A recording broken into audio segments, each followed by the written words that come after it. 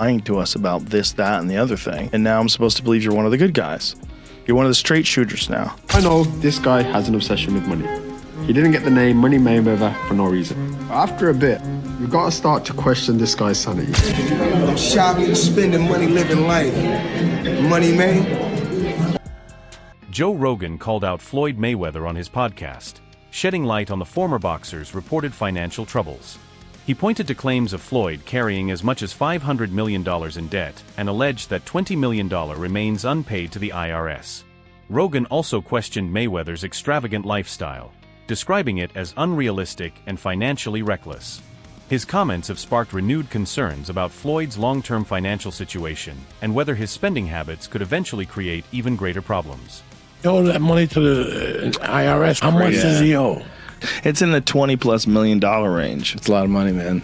But it's not something that he's been, it's not like deception.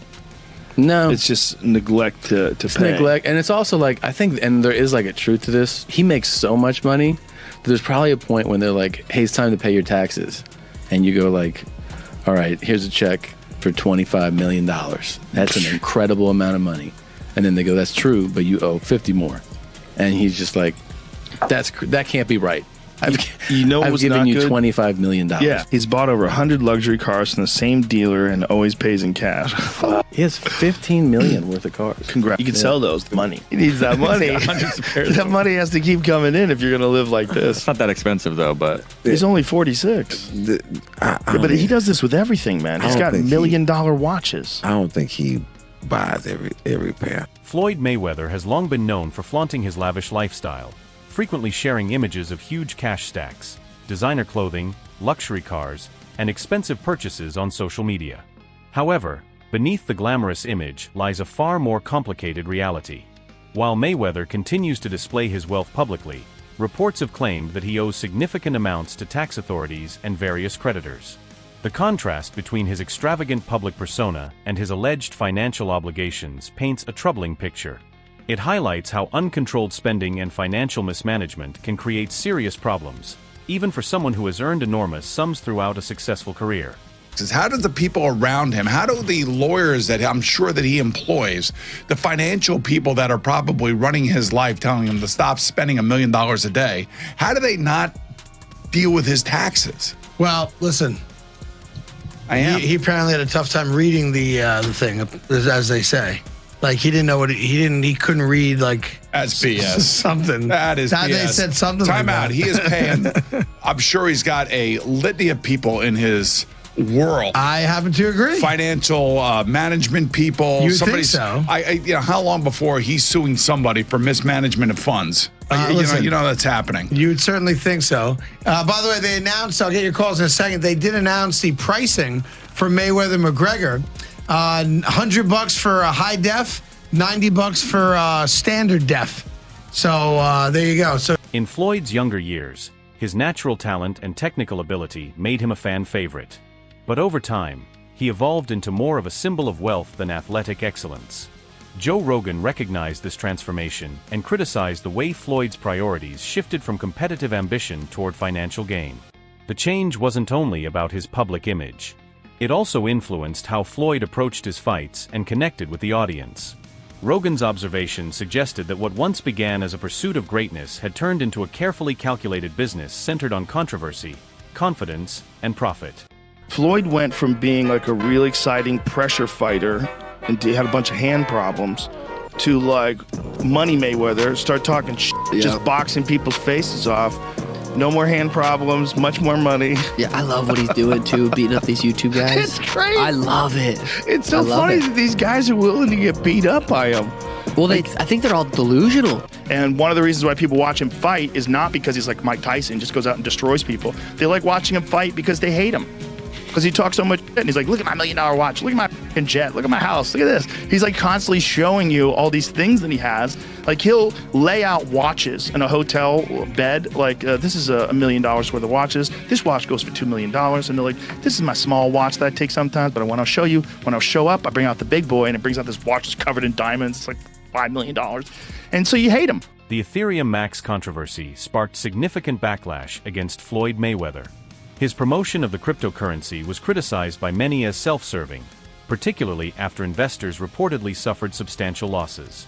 Allegations of a pump-and-dump scheme further damaged his reputation, with critics arguing that he prioritized personal financial gain over ethical responsibility.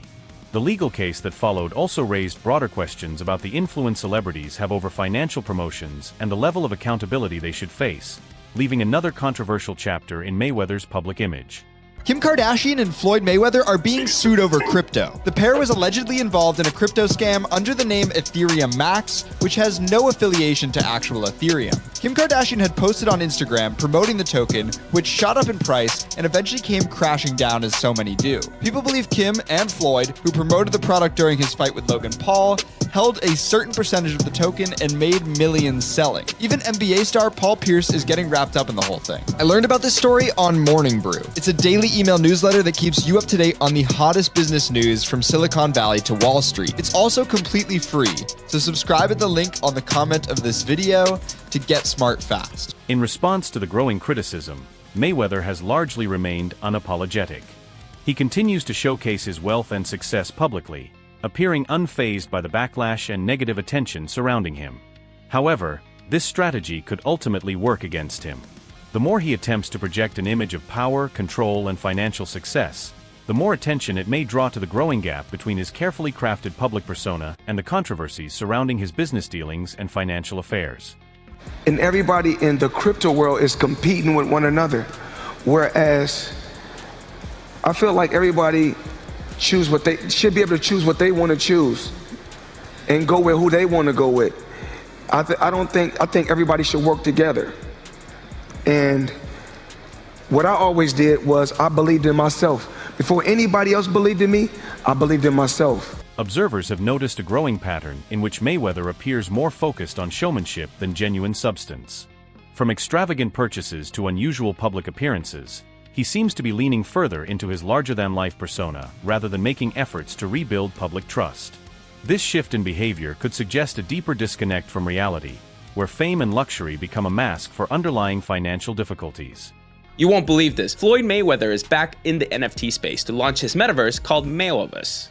There will be 5,000 NFTs with different utility, rarity levels, and rewards. But this NFT project is after a series of NFT and crypto scams he's started and promoted throughout the years. Some abandoned projects are Centra ICO, Ethereum Max, Floyd NFT, Bored Bunny, scamming his supporters for over more than $5 million. What do you think? Follow for more NFT news. Joe Rogan has never been shy about expressing his opinions, and his views on cryptocurrency have echoed concerns shared by many critics.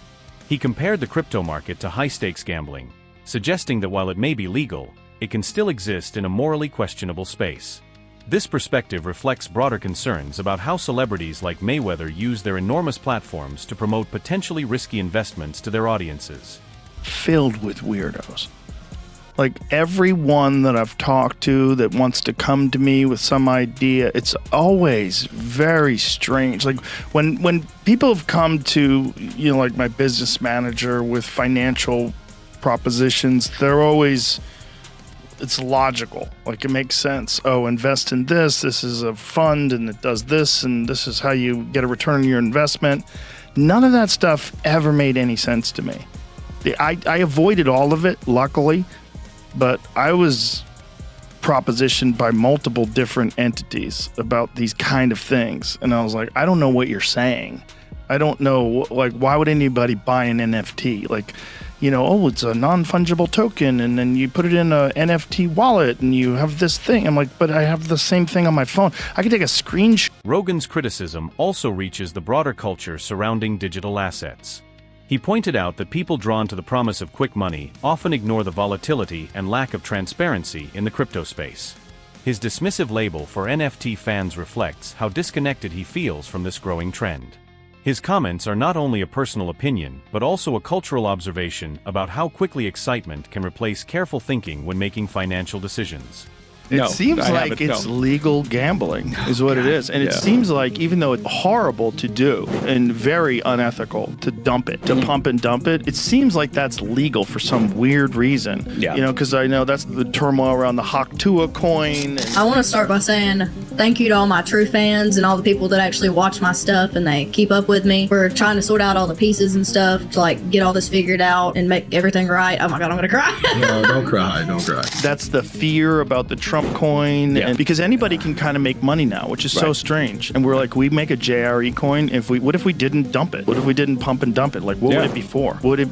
How can you just do that? How can you just... regulations are have not caught up yet, right? So, and you see that any new emerging business, industry, technology. I think there are people who look and go, there's an opportunity here because, regulatory policy hasn't caught up. Rogan's comments about Floyd's weaknesses in other combat sports were blunt, but they resonated with many people. Excelling in a controlled environment is one thing, but stepping into unfamiliar territory is something else entirely. Rogan's criticism emphasized that Mayweather's confidence and reputation do not automatically guarantee respect in every field. It serves as a reminder that money alone cannot buy credibility in areas where genuine skill still matters most. Floyd Mayweather applying for MMA license wants 6 to 8 months to train. He's screwed. First of all, they should give him everything they can get their greasy paws on, get him to fight Conor in an MMA fight. You'd be screwed. It's not just getting screwed. Like someone said, it should be 1,000 to 1. That's not high enough. It's not high enough. If Conor McGregor was going to fight Floyd Mayweather in MMA, it is as close to 100% as anything ever gets ever. He's probably going to punch Conor in the face a couple of times. It's probably going to suck, but Conor's going to get a hold of him. And then he's going to be like a baby. And if that doesn't happen, he'll kick Floyd's legs out from under him. He'll kick his legs sideways. He'll kick them from the outside. He'll kick them from the inside. He'll stay way the fuck away from any sort of a range where Floyd can punch him. It'll be a completely alien range for Floyd.